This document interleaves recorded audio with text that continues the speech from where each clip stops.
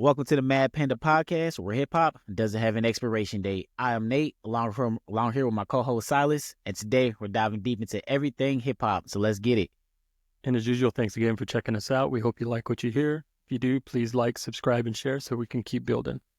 So I think today we are going to talk about something that's very near and dear to my heart. Being Yes, from indeed. Southern California, I think most people think of like Snoop or Dre and all, G-Funk and all that stuff. Yeah. For me, when I think of Southern California, it's Project Blowed. That was basically the LA underground scene. So here's their compilation album. I think it came out in 94, but we'll go into that here in a moment. So just a little background, what Project Blowed was. That was, like I said, it was the underground kind of whole independent scene in LA. And it started out in Leimert Park in I guess it would be South Central. Okay. And it was at a place called the Good Life Cafe, which, if I remember, I was a vegan cafe down there.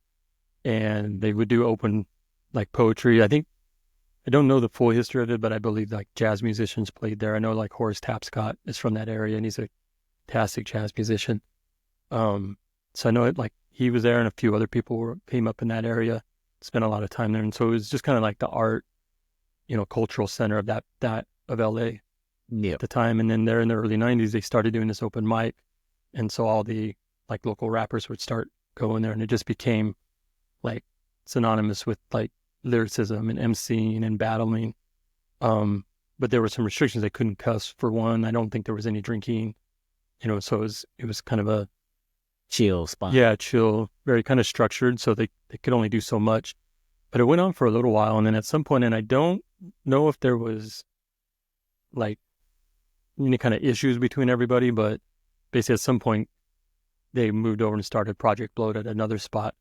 Even though I'm from Southern California, I never made it down there, which I'm always been mad at myself since we moved from there. But I listened to all the music from there. So, but I think AC Alone from Freestyle Fellowship was kind of like the main guy that started it, along with like Abstract Rude, and then Riddler from Chillinville and Empire. LA Cool was part of it also.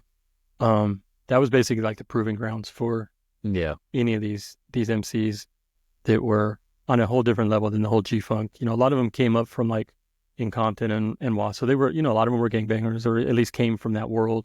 Yeah. A lot of them were, jumped into gangs, but they weren't really. They were associated with it.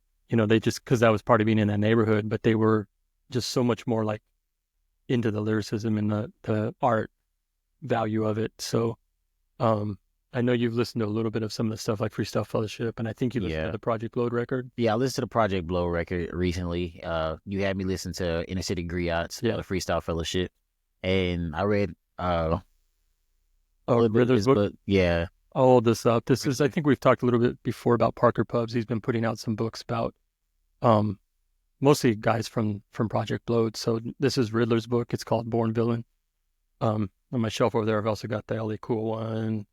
Otherwise, 2Mex, Micah 9, and then they just released one on Idea, so that's another story because he's from Rhymesayers, not there. But anyway, but so well, at least about the book though, when I was reading it, it seems that it gave me a realization about kind of the culture, and I was just like, wow, like, because I can't think of anything before hip hop, and this gave me something that was happening before rap, because they were kind of coming up before. Yeah, it was saying there, but it wasn't quite. Yeah, it was saying like pretty much like what gangsters used to listen to back in the day, and I'm like, of course, rap, right? But he was like, it was pretty much saying like, no, they used to listen to like was it like Parliament Funkadelic and like Evelyn Champagne King and stuff like that, and just a lot of like disco and R&B pretty much. And I'm just like, wow, there was a life before hip hop. Like, wow, what is this? And it just kind of a little unsurreal to me a little bit. What he was saying was pretty much about the Riddler is that, he was, I guess his parents or his grandparents from the Caribbeans. He moved over to the States or something like that, and he lived, I forgot if he said he lived in Chicago first or something like that, but then they ended up moving to Watts. Yeah. And when they did, that's where he said he lived with his grandparents, but he still was kind of exposed to I guess the Watts life is what Yeah. you could say. It I was don't think like, you can live in those areas without. yeah, Yeah. yeah. So he was saying like in some of the in the book he has a couple of Bible verses in his verses, Yeah. and pretty much he was just pretty much saying like, hey, look, this is I grew up in the church as well with my grandparents, so I know the book very well, even though I might not always believe in the Yeah. book. You know what I'm saying? But I know the book. But yeah. So as he was growing up in the in Watts and stuff like that, he was seeing a lot of things that was happening right outside his doorstep, of course, and which was shaping his, I guess, view on the world.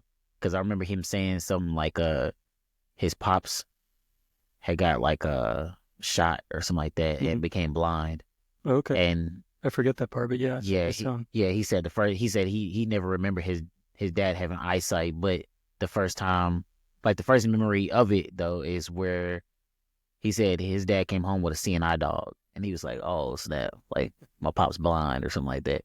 Wow. And he said that crazy thing too is that his dad was a hustler, and Right. the whole reason why he got blind was because he was going out to his place got raided by some people, and he was going to take revenge, and then he saw the guy, and the guys just started busting shots, and that's how he got hit in the eye. That's right. Yeah. I remember that part. Yeah. Yeah, and they said even after that, his dad did not stop hustling. Like I was like, "Yo, that is crazy, dude. I don't understand how you can still, do that while blind." But Yeah. man, great job. He said his dad is a genius, and that is crazy. But yeah, so So what do you think of the music though? the music from Project Blowed, Yeah, let's talk about that one first. yeah. So with Project Blowed, it was I liked it for the most part. The song "Hot" was kind of hilarious a little bit. It was That's like probably one of my favorite That's songs. one of your favorite songs. Yeah, and he was like, "No, master, no one." Just Yeah, the it's got all four of the guys freestyle on it. So, but each verse is different, but it's all kind of jazzy. They basically rhyme because it's backed by a live jazz band. I think yeah, JMD and a few other cats. They're from that area. So they're rapping like an instrument. They're like playing yeah, like with the chords and stuff. The way they're yeah. rapping. The way they So, rapping was, yeah, yeah, that's what kind of like that was interesting about it, yeah, because the way they was rhyming with it and stuff like that, and it was just like like that type of yeah. flow. And I was like, okay. I had to listen to it a couple times because I did not understand what they were saying at first. Yeah, you got Like, yo, like actually I did listen. not hear. I don't understand what they're saying. Listen. So yeah, I had to listen to it a couple times. But then they had that one that had was it Between the Sheets sample or something like that, or it was Once Upon a Freak. yeah, Once Upon a Yeah. Freak. Yeah, I was messing with that one. I was messing with that one a lot. What's interesting about it is because it's that Project Blow sound, that underground, but it still does have some of that kind of early G funk, and some of this came out I think Yeah. before like Chronic and stuff. So this was Oh, okay. pretty, And then there's a song on here that uses the Stevie Wonder sample that Coolio used. Yeah, it Or was. Gangsta's Paradise. That's on the Solo with Solo, I believe, is the song on here. Yeah. So a lot of it's just this real lyrical, abstract kind of progressive kind of beats, and then some of it's just some straight kind of Yeah, bars. yeah, Just or just kind of like flowing. like Yeah. gangster rap, I guess, for the yeah. So it's a good mix of stuff, but that's kind of I think what was a big part about the Bloat is because they were all from that area. Yeah. So if they needed to, they could get down. Yeah, with anything. Yeah. Now, the only thing with this album that I just couldn't pinpoint who was who on it. Yeah, it's hard if you're not familiar with them, like if your Yeah. first time. Yeah, and sometimes a lot of them do kind of sound similar because they're a lot of them Yeah. rap fast. They do the chopping, they call it, which is the fast rapping. Yeah. Yeah. So Yeah, so I couldn't pinpoint who was who. And I didn't know like who was rhyming. It didn't. Also, was it just Freestyle Fellowship on there? no, Or it was there like some other cats on there as well? Because I know I heard like a variety of different people. Just yeah. So this is a lot of everybody. Like Jurassic is like I think it's AC Alone and Spoon Iodine and Riddler. Okay. And so AC Alone's from Freestyle Fellowship. Spoon Iodine's just a solo cat out of Bloat. Riddler's from the Chillin' Villain Empire. Then you've got Strength of ATU, which is Abstract Rude. Yeah. What a Pity is by I can't think of the name, and it doesn't have the names on the back. No, You yeah, have to don't. pull it out. Not even not even online either. They don't. Yeah, it's in here somewhere. The cool thing about this is there's a group, and I'm trying to remember their name.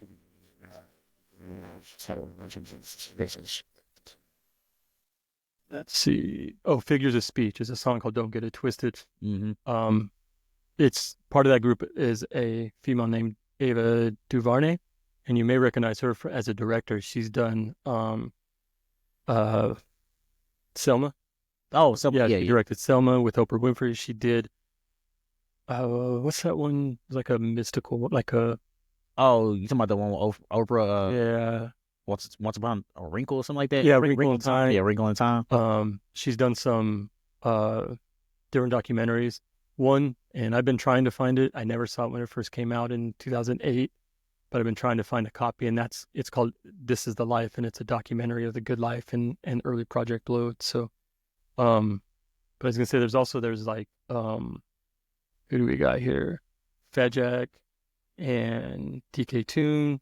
There's Peace, who's from Freestyle Fellowship with Self Jupiter, Ganja K, Medusa, Micah 9, Volume 10. So there's a good mix of freestyle and fellowship and others. You've got Abstract Root a lot on here, Ryman Riddler. Then there's Narcolepsy, which is the song, but it features, or it's by CV, so Chillin' Band Empire. So it's Ryman Riddler, Fish, and I'll let you guys look up his full name because I can't say it. Get it. But Fish. and then LA Cool, the Rifleman LA Cool is on there. So it's basically just a good introduction to all the different MCs that came out of that area. So it's a compilation. Yeah. Yeah, it's not. Yeah. So I think for me, what made good for me was that I actually had heard Freestyle Fellowship first. So I was familiar with all the voices and stuff. Yeah, with ACL, Micah 9, Self Jupiter, and Peace.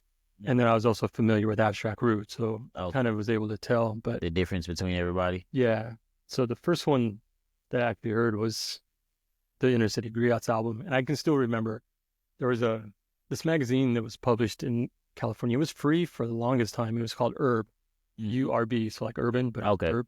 And it was the magazine was basically like the rave scene and independent hip hop. Okay. So it had both. So you'd page through and there'd be pictures of like raves going on, chicks in all their colorfuls, pacifiers. And then the next page it would be like an interview with some underground rapper and stuff. Yeah. But I remember seeing in there, it was an ad for Freestyle Fellowship's song called Hot Potato. And I was like, it's interesting. But I didn't really think much of it. But then I was at Warehouse Music, which none of you guys would ever even know today, but it was an actual store where you could buy tapes, CDs, and even records at the time. Oh my goodness. But I was over at the one, I believe it was the one in Fontana, there in California, and I was looking through and they had the cassette single, which you guys probably don't even know what that is, but it's a little old cassette, and it just had 2 songs, and it had Hot Potato on it, and I bought that. And that was my first introduction, and I was just like, and if you hear the song, I mean, it's basically 4 dudes rapping about potatoes. I mean, there may be some deeper meaning to it, but I'm not sure. But I mean, they're just talking about, curly fries and tater tots and, Miss Hasher Brown and like, and it was just, but it was cool as hell. And I was like, how can you rap about potatoes and make it just dope? And they did. And I think the B side was a song called Way Cool, which is just another great song. It's got one of my favorite verses by AC Alone on it, where it's like sitting in the back of a Radio Shack, hat to the back, fat sack. Yeah. Just go, but it's really a great song, so that was and then as soon as this album came out, the second one, that like another time I went, like a week later, I went back to the same store and they had their other single, which was a song called, just looking at it. It is it on that album? Yeah, Bullies of the Block. Okay. Yeah. And that one was like, just another, and it was still kind of that indie lyricism, but it was a heavier kind of almost a gangster beat. Okay. Not quite the G-Funk, more kind of like early stuff, but not quite either. It's kind of mixed. It's like right in the middle or something. Yeah. So yeah, that, and then from then, and then I think it wasn't long after that when I got the Project Blowed one, and then that's where I just started pretty much anybody from there. You knew it was, at the very least, was going to be interesting. From Project Blowed. Yeah. If they were involved, if they were good enough to make a name for them in Project Blowed, they were, Yeah, because I was hearing when I was trying to look up what Project Blowed was, I was telling you earlier about this dude named Dumbfounded that I'm familiar with, and he was saying, his first time at the Project Blowed was because he said he used to rap or whatever like that, and he was the illest and where he was at, and he was getting all the girls or whatever like that, and everybody was dapping him up. But he said first time he went to Project Blowed, he realized that he was unprepared. He was unprepared. You hear that a lot from people, and like when you read stuff about it, like when I've read some of these other books, they talk about the first time they showed up there, and they were like the dopest MC at their school, Yeah, and then they show up, and they're just like man, just embarrassed. Yeah, he said, I think he said he didn't even want to like jump in or anything like that, and he was like so ashamed of himself, so ashamed of himself and stuff like that. But yeah, I mean, I guess the Bloat is creating like monsters out of there. I mean, it's a lot of them don't like blow up. A lot of them are. Like LA Cool's one of the dopest rappers there, and he works at like print shop or something like that to this day. So they're not like living on. I think Freestyle Fellowship might be doing enough. I mean, they tour still and stuff, but I mean, I really don't know exactly. But gotcha. So yeah, they're not. Nobody's getting paid. Paid and signed to big labels out of there. But I mean, Fat Joe got booed off the stage. And that's Fat Joe. I mean, I've never been a huge Fat Joe fan, but I know he can spit. And so for him to go and he'll tell you it's just because they were hating on New York MCs. But you talk to everybody that was there, and they're like, no, he got booed off the stage for real. Like, I want to see if was Pun with him or it was just Fat Joe. It was just him, as far as I know. I think it was kind of early, and I don't think he had made it big yet. Like he was still okay. It may have been enough where people knew of him, but he wasn't like a household name. Okay. Like he became later on.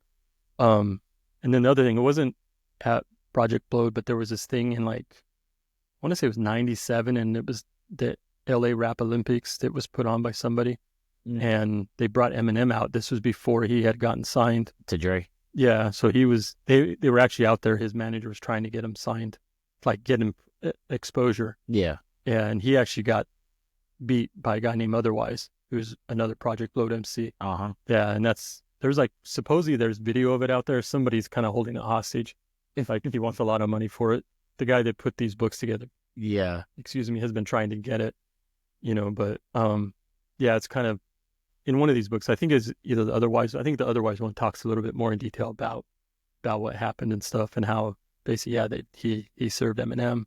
So that tells you that, I mean, the caliber he sees down there. For pretty much all of them, will tell you like everything you read, like that Micah 9 that's the one to beat down there. Micah 9. Yeah, and he's part of the Freestyle Fellowship, done a lot of stuff on his own. And he's an incredible rapper. So he was like up there in the Blowed. Yeah, early on. Like he was big. Like he started out as Microphone Mike in the 80s. Him and AC Alone were the MC Aces, was the original group. And Micah 9 was actually brought into the studio with Dre when they were working on Crime. Oh, really? And he wrote some of Dre's verses, I think. Okay. But basically they didn't sign him, because I think he didn't want to do the whole kind of gangster route because he's a jazz musician. Like he actually does jazz singing sometimes. Oh, okay. There's a song on Freestyle Fellowship, the Park Bench People. Yeah, him singing. Oh, okay. So he has a real jazzy kind of singing voice, but then he can just rhyme his ass off too, and just really complex. And I think this idea, the other rapper we were talking about, that he has a quote that says that basically any style of rhyme, any like pattern, cadence style that you could come up with, Micah 9 already came up with it. Wow. That's kind of like his quote about him. Yeah. Like, he's already invented everything that can ever be invented for rhyming. But, the funny thing is I don't like most of his albums, though. I think they're kind of, the production doesn't quite match him. As in my eyes. Okay. They're good albums. They get, a lot of people do like them. For me, I just haven't felt them as much. Like for me, his best, like that song Hot, the way I think he's the one that's saying master and all that. That's him. And it's just the way he does it, like, that matches perfectly with him. Yeah, that one had me laughing. That one had me laughing. Yeah. Said he ain't worked in like 10 weeks this month. Yeah. Master 10 days. 10 days. Yeah. Oh, like, yeah. I don't even like singing that song though, because it kind of sounds I got to say it. So I got it. So, but yeah, so for me, like, Project Blowed is like, that's the greatest stuff ever. Okay. In my opinion. I mean, yeah. And it's all in the underground LA scene. Yeah. Right? And they tour around a little bit. They've done I know they'll do some stuff, especially back in the day. They used to do small tours and things like that. But yeah. Yeah, but that Project Bloat itself is like that location there in South Central that they meet in, and I think it kind of fell away from it, but I believe they're back doing it at least monthly, if not more. Uh-huh. Yeah, and a lot of the same cats are still Still out around. Yeah, Still, okay. yeah, Because I mean, I think that not having a label behind them yeah. or like that is kind of like can help you, I guess, stay together more because you don't have people in your ear telling you Yeah. about such. You like, They've done like Free Self Fellowship, like one of the cats went to jail for a little while, mm-hmm. But they've all kind of had their own solo careers too, and then they get back together and do stuff. They've put out 4 or 5 albums over the years in different compilations, but each of the guys in Free Self Fellowship have all put out their own records too, and that's kind of the same way with the whole Project Bloat. It's like, Chillinville and Empire. It's, So Riddler, Fish. Yeah, nigga Fish. Yeah. They've done their solo stuff. They do albums together. They work with a bunch of different people. And there was the thing called the CV Shack, which is one of those things like legendary that I would have loved to. It's like Pete Rock's basement type of thing. That's like basically everybody would it was like a constant recording session. Just everybody. They were making beats all the time, and just everybody was kind of there. And then the other legendary spot in LA was the Farside Manor, which was, Farside. Yeah. And so I think they kind of did stuff. They were all kind of familiar. I think Farside, I don't know if they were really considered Project Bloat officially like part of it, but they did go there, and I think they danced there and stuff because they were a dance crew before they started. I did not know that. Yeah. What? Okay. Yeah. So they're affiliates of that as well too. So, and I've seen some quotes too, like from like Snoop talking about Project Bloat, like saying, yeah, that's where you had to go to prove yourself as an MC. Really? So it's, for the LA scene, that's like well known. Corrupt was up there at some point. Okay. I can see Corrupt up there. Yeah, like all the cats that made it big in the G-Funk scene all have connections. And then Project Bloat. Yeah. And then Bone Thugs and Harmony. Yeah, Bone Thugs. Everybody from California will tell you that they bit their style from Project Bloat. The song they usually count is Mary off the Inner City Griots album. Uh-huh. It's a song about marijuana. Yeah. Sing song, you kind of rhyming. And it can do have a Bone Thugs feel to it. Well, opposite. Bone Thugs has a freestyle. Oh, yeah, I guess you're right. But they'll bring the receipts because they're like, yeah, before anybody heard of Bones and Thug, we were already hanging out with Eazy-E, trying to maybe get on Ruthless. We were hanging out with Dre. And these guys came out there and they're like, I'm pretty sure so-and-so was at, Good Life or Bloat at one point. Uh-huh. And then not long later you hear, they're bong, bong, bong. Yeah. So they kind of, and that, it's possible that two people could come up with the same style independently of each other. Yeah. But I mean, whoever created it though, it was very infectious because even when Bone Thugs got on a song with Biggie, Biggie was kind of biting their flow. Yeah. You know what I'm saying? On the same song. So, I mean, if we said the Freestyle Fellowship is the one who created it, the style, or just at the Project Bloat.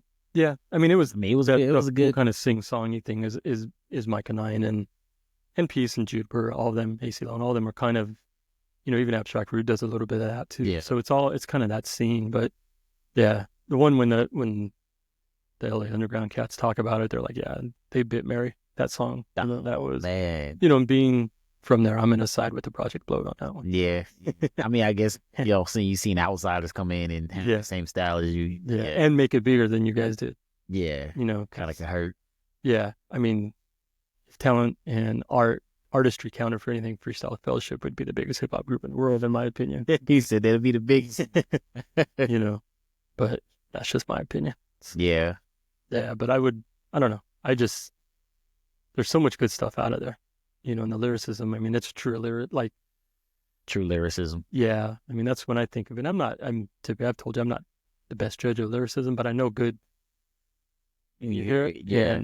Yeah, it's crazy because when I was reading the book and when I listened to some of the songs that, like when it was like referencing on there and stuff like that, when you listen to the song, you really don't hear the lyrics as much. But then when you read it, it's like, really, wow. And that's part of because they're doing what they call chopping, which is the really fast rapping, and they're like, blah, blah, blah, blah, blah, blah, blah, blah. You're like, yeah. Which, I've even heard some people say that Eminem kind of bit that because he'll do that. And they're like, Mike and I created that flow. What they'll say, fast flow. That's super fast, kind of. That type of stuff. Yeah. But again, that's just, there's been fast rappers since rapping started, so Yeah. it's hard to say who came up with it. But again, I'm going to side with the project Yeah. on all that. So you got your side of the fence you stand on. I'm sticking with it. So yeah. Yeah. What the Chillin' Villain Empire though, it was it just Riddler and Nigga Fish, and it was somebody else. It was them. I think there may have been like some unofficial or like kind of like people would show up and do stuff. There was a few other crews out of there. There was like Black Forest, I think otherwise was part of Black Forest. There was 2000 Crows was another kind of crew. Okay. That would come over there and try to battle. Yeah, like if you read the LA Cool book, because LA Cool was like probably the gangster. Oh yeah. Gangsterish, most gangsterish. Uh-huh. His other name was Rifleman, and that's apparently because he kept a rifle in the trunk of his car and pulled it out more than once. Okay, never mind. I thought that was Volume 10. You said that. No, well, he has a song called Pistol Grip Pump. Yeah, Pistol Grip Pump. Rifleman actually carried a rifle in his trunk. Yeah. So, and like I said, he pulled it out on more than one occasion. So he had kind of that. And he would, some of the songs like LA Cool was more that underground sound. And then he would rap as Rifleman, and it'd be a little, still very much in that underground sound, but it had more of a gangster edge to it. Yeah. So it's kind of like his split personality in a way. But he talks a lot about the different crews that would show up, and they'd be like, "Oh, we're gonna serve you guys," and they would all get like. There's a line in one of his on the Narcolepsy song where he's like, 2,000 MCs and not one could get with me. Yeah, that was like a diss against the 2,000 Crows, because there was like a time where they showed up and we're gonna like do something, and they shut them down. Yeah. Jeez. Hey, well, hold on. Like, so, I mean, that's another question I can see. I haven't heard any like squabbles inside the Blood. It seemed like everybody just came there just to rap. I think there was a few things every now and then, but I think for the most part, it was pretty peaceful because they were all there just to compete. Yeah. Okay. And I'm sure, just with anything, you get people that are a little more uptight. Yeah. Yeah. And they get served. They may start wanting to throw down, and that's where I think a few times where the rifle would come out was like, we can walk away peacefully, or we can deal with this. Yep, that type of attitude. So I think there was stuff, and I know there was like one point like the cops got called on them, and they actually raided I don't know if it was Good Life or it was Blowed, which one, but one of them actually got raided, and some there's some of the different MCs got beat by the cops and stuff, and yeah, so it was definitely like part of that LA scene. Yeah, where the cops did not like rappers, or cops didn't like black people. In general, yeah. And the rappers on top of that, so they had 2 strikes against them, right? So yeah, so there, that stuff is just kind of part of being in that. I lived about an hour away, so I wasn't ever get the chance to go down there. No, there was one time we were supposed to, and then we ended up getting distracted on something. I don't remember what happened, but yeah, so I didn't really get down there. I would go down to like the record stores in Hollywood and stuff, and so I'd see a lot of the records. There's like Beat Nonstop and DMC records, which a lot of them cater more to the rave scene, but they would always have independent hip hop. Beat Nonstop had a lot of independent hip hop and stuff. So I would see some of that stuff, and that's where I'd grab copies of like Herb magazine, so I'd read about it. Yeah, and then I would try to find, I'd buy the CDs wherever I could. There was a few record stores out by me, or I'd buy them down there and stuff. So yeah, I definitely had to. I lived kind of vicariously through it, but it's one of those regrets. Like, I was always going to go, and there was like, I'll get there next week. And here I am, like 30 years later. Years later, mad that I never made it. Next week never came. Yeah. So, but yeah, but it's cool, like seeing that the scene still seems to be alive.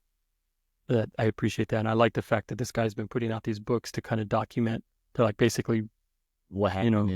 Just oral histories of that whole scene, which I think everybody knows, about Kool Herc's party started hip hop, in the 70s, late 70s. Okay. Or you didn't know about that? I don't know about Kool. You don't know about Kool Herc? No. Kool Herc? Come on, dude. They just celebrated him last year. Really? Nah, I didn't know about Kool Herc's parties. No. All right. Before our next podcast, I need you to write an essay on 500 words on why Kool Herc is What was he's or was he like the They kind of credit him when they were talking last year about the 50th anniversary of hip hop. okay? That was based on a house party he threw in the Bronx for his sister's birthday, and he was a DJ. Hold on, was he the one who had Sugar Hill Gang? No, No. he was just a DJ. I don't think he ever put out his own music. He was a DJ. Okay. And he DJ'd this party at Sedgwick Avenue, I think you'll see flyers of that if you look into it. Gotcha. But that's kind of like the Start of hip hop, I guess you could say. it's like an arbitrary date that everybody kind of, for the most part, agrees on. Oh, okay. Or Lord Jamal may not, because he's arguing with everybody right now, but pretty much everyone else says that's kind of acknowledge that people were rapping before that. I mean, you can go back into like Yeah. Gil Scott-Heron and Watts Prophets and Lost Poets, and I even saw a video today of some guy in the 30s dancing to some jazz music, and he was totally breakdancing. So Okay. obviously there's Yeah. not a defined point, but that's kind of been like the Official. semi-official, Yeah. agreed upon by most everybody. Yeah. It's like we all can't be mad at it. This day is okay. Okay. So you just messed up my point, because I was saying everybody knew about New York's history, but apparently not. Nah, yeah, I guess But- not.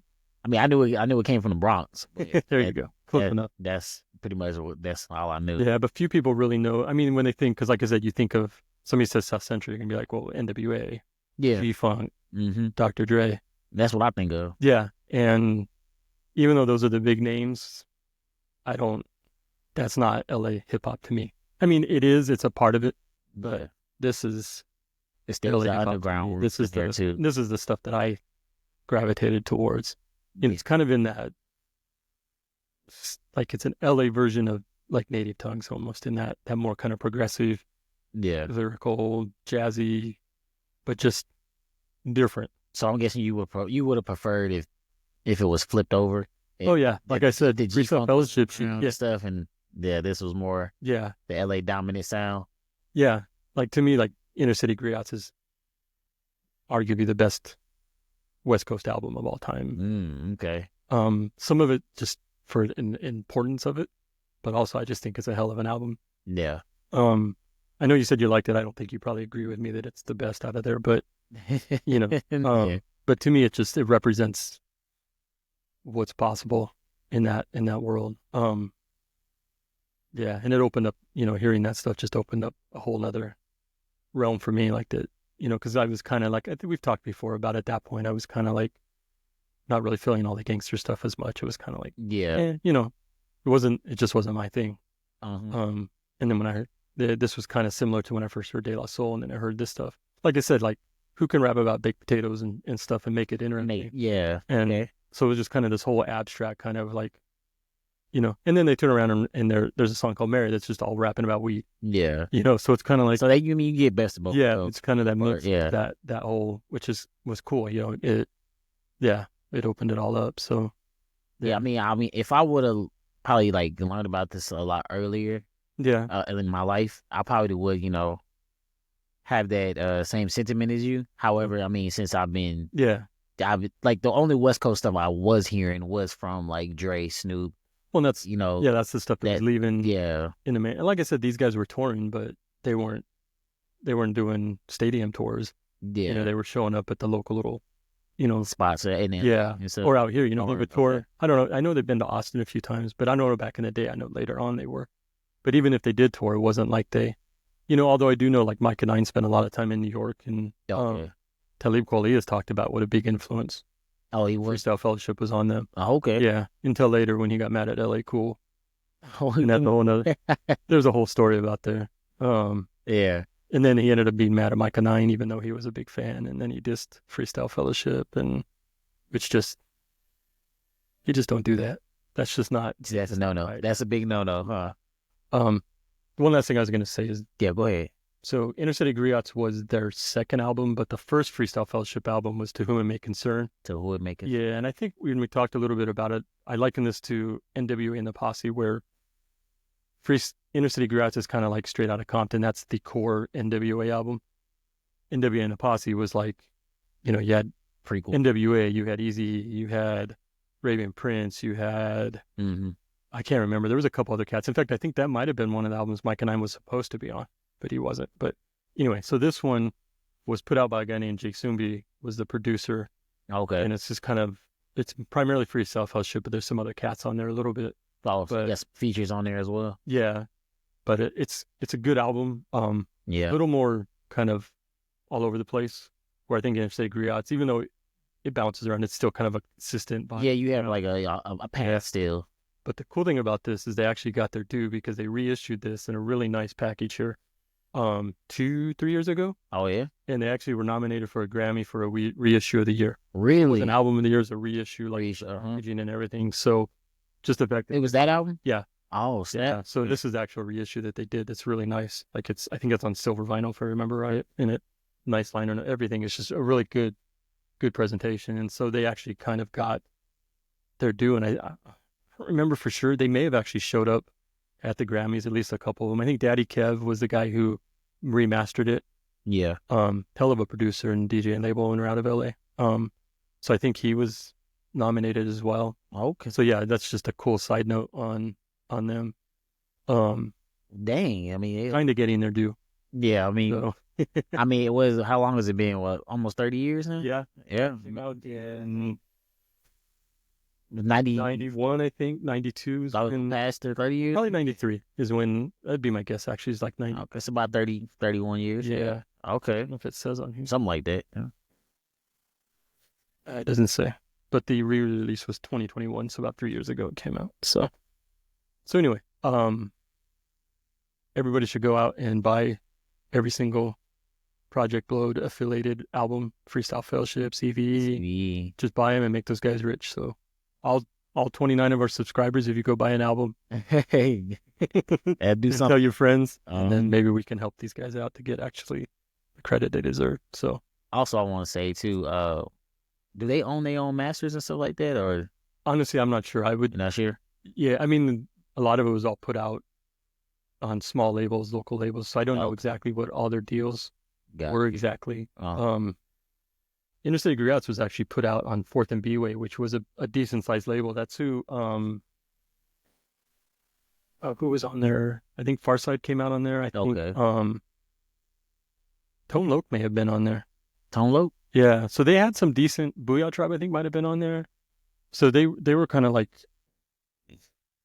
maybe the B team, like C team of hip hop labels at the time. You know, they had some good stuff that they came out with. Yeah. They weren't quite up there with like Def Jam or Profile at the time, but they had some good stuff. And I know there's a few others that I'm missing that were on there, but yeah. So I don't know the deal with that. Like if they They own. yeah, exactly. Or whatever. I would imagine. I mean, these guys just, you know, at least at this point, probably own a lot of their own stuff. Yeah. I mean, I would hope so. Yeah, and like I said, it's just cool that they're still putting out music.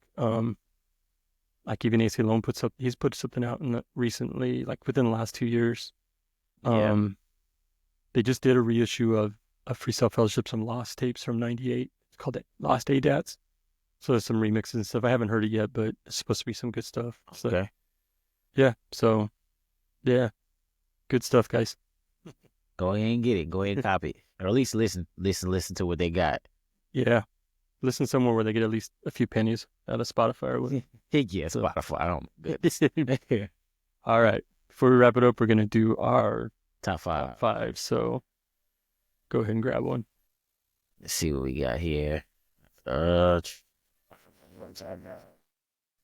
Top 5 80s hip hop songs. 80s hip hop songs. Okay. The Message would be my top. Okay. Grandmaster Flash is 5. Okay. That's probably my favorite. Broken glass everywhere. Yeah. Great Great song. I guess Sugar Hill, right? From Rapper's Delight. Or no, Rapper's Delight from Sugar Hill Gang. It's a good song, but I wouldn't put it up there in my top 5 personally. Yeah, I mean, that's the main one I know. Paid in Full. Paid in Full was the 80s? I believe so. You're right. Maybe 87, right? 87, 88. Okay. Rebel Without a Pause would be 88 from Public Enemy. Okay. So that has to be on there. It's like the Power 80s, or is that It may have come out in 89, but I think you're right. But I think the album came out in 90, Fear of a Black Planet. Okay. But I think that song Came out. because it was part of Do the Right Thing. Yeah, because he was like 1989. So you know, okay. Another Summer. Okay. Sound of the Funky Drummer. Yeah. I Yeah. used to know that song front to back, but I'm getting old. Well, let's see. So yeah, so we'll put that one on there. Um, Yeah. I mean, De La Soul, you got three, Me, Myself, and I, Okay. Potholes, Potholes in my. that whole album. I mean, that came out in '88.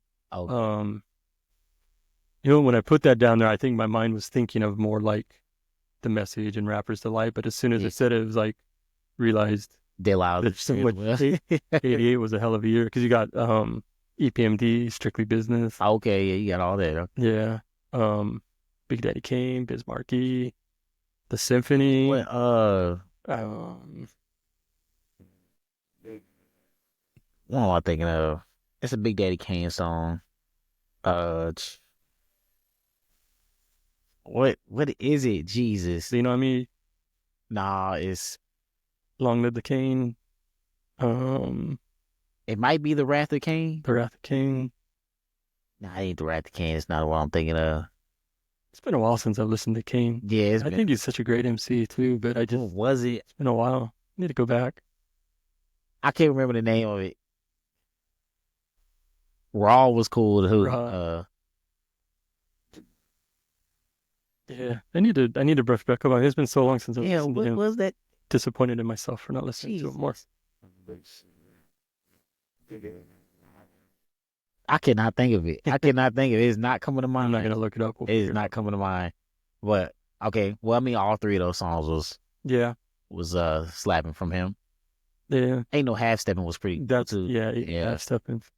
Um. Um, Oh, was that 80 still? I'm pretty sure that was. I'd have to double check, but yeah. Um, Master Ace. I think Me and the Biz was 88, 89. Oh, okay. Yeah. And other songs from there like Take a Look Around and Music Man from his first album. Mm. Run DMC. I mean, you could name off Oh yeah. a dozen songs from them. Like Walk This Way. Walk This Way, You Be Illin'. Um, I know I can name off a dozen of them, and now I'm drawing a blank. Right. Yeah. Um, King of Rock, My Adidas. Oh, my Adidas. Yeah. Um, Oh, King of Rock came out in the 80s. I thought that might have been like later on. nah, that was before. That was from Oh, no, no, no. You're right. You're right. You're right. I'm thinking of another song. I think No. Down with the King. Down with the King. Yeah, that was like early Yeah. 90s. Yeah. Yeah. I think Pete Rock produced that, actually, I believe. Oh, really? I think so.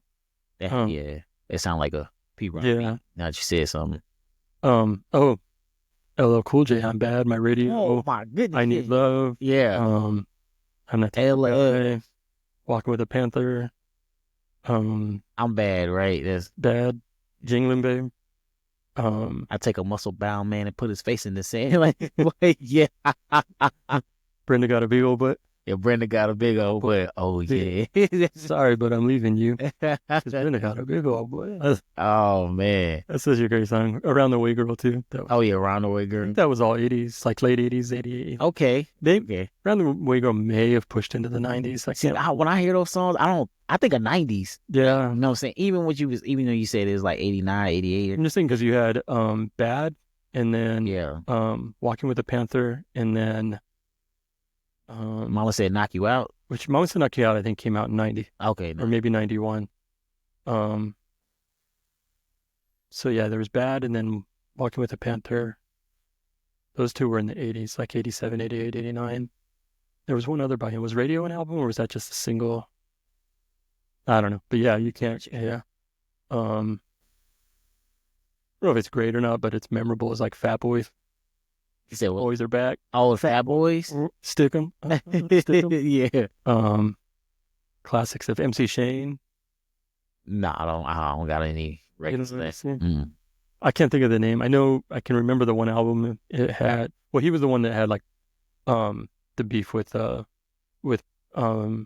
KRS One, Okay. Bridges Over and all that. That was primarily Shane was the big one.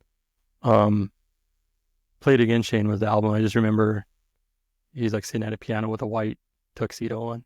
Yeah. I remember it being a good album, but I couldn't tell you anything off the top of my head. Anything off of it? I was a big MC Shane fan in the 80s, I remember. Like late 80s, 88, 89. Well, that's another one then. I mean, we'll get KRS One and Bridges Over. Yeah. Yeah. The Criminal Minded. Yeah. Bridges Over.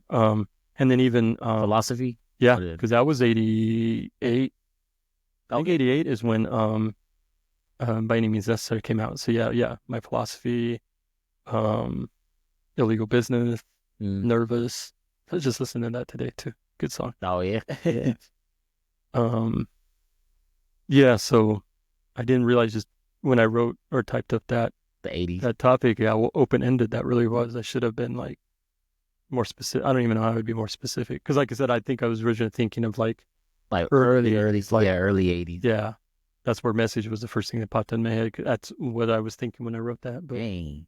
Just seeing the 80s in that point, just like you said, from the message all the way to 89. just how much it developed and Yeah, how it much good developed music and came. evolved and stuff like that Yeah, from that. And that was like 9, 10 years right yeah. there. Just wow. Like what's great, like if hip hop stopped at like the end of '89, it would still be the greatest music genre ever. Yeah. Almost because there was so much good stuff that Yeah. came out, Uh-huh. with the exception of jazz, but that's another story. But um, I ain't listen too much jazz. but so much stuff came out during that period that is good. So not to say the stuff after wasn't good as well, but I'm just thinking how, like you said, in that short time span, how much great stuff came out. So Yeah. yeah, and that's when I fell in love with it. I cannot think. Well, I don't know. I'm still kind of mad at myself. I can't stay Yeah, think of that damn Big Daddy Kane song. we'll figure it out. All right, Anyway, all right. Thanks everybody again for joining in. Hope you enjoyed this episode. Don't forget to like and share and subscribe. and we'll see you guys next week. All right. Thanks.